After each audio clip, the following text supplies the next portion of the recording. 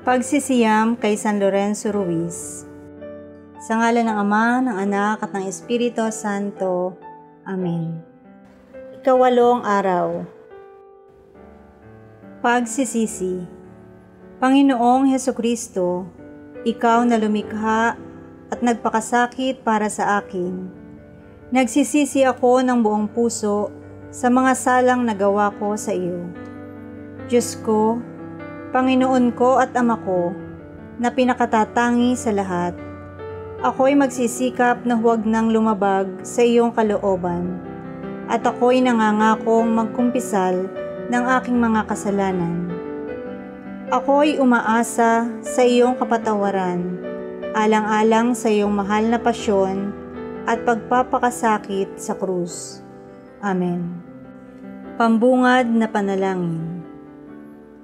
O kamahal-mahalan at kataas-taasang Diyos, ang biyayang ibinigay mo kay San Lorenzo Ruiz na lasapin ang parusa ng kamatayan alang-alang sa pananampalataya ay matutuhan din sana namin. Sa pamamagitan ng kanyang panalangin, tulutan mo ang mapagtiisan namin ang lahat ng hirap at sa gayon ay magkaroon kami ng malaking pag-asa at pag-ibig sa iyo. O San Lorenzo Ruiz, ikaw na nagbigay dangal sa aming bayan, naging huwara ng lahat ng ama at mga mag-anak, naging saksi ni Kristo sa buhay at kamatayan.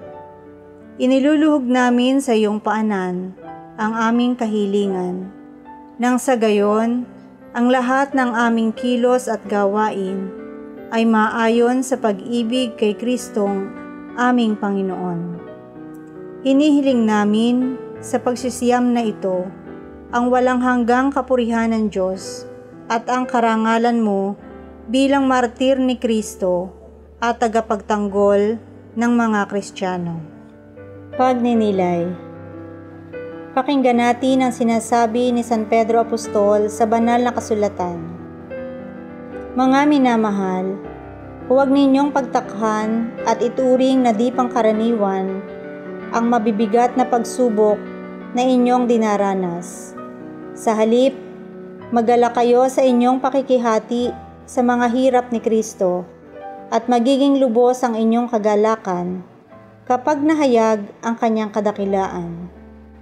Mapalad kayo kapag kayo'y inalipusta dahil kay Kristo, sapagkat sumainyo ang dakilang Espiritu, ang Espiritu ng Diyos.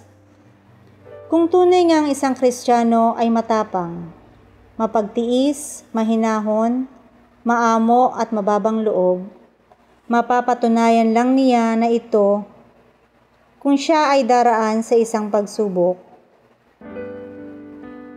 Marahil, pinahintulutan ng Diyos na tuksuhin ang tao sa mundo upang malaman niya kung hanggang saan ang kanyang pagtitiis, karakter, kabanalan at katapatan. Napatunayan iyan ni San Lorenzo Ruiz, kaya't nakamit niya ang gantimpala ng Diyos.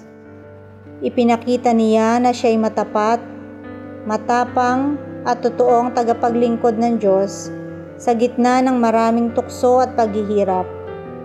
Maging ang ating Panginoong Hesus ay tinukso ng demonyo sa pamamagitan ng karangyaan, katanyagan at katakawan.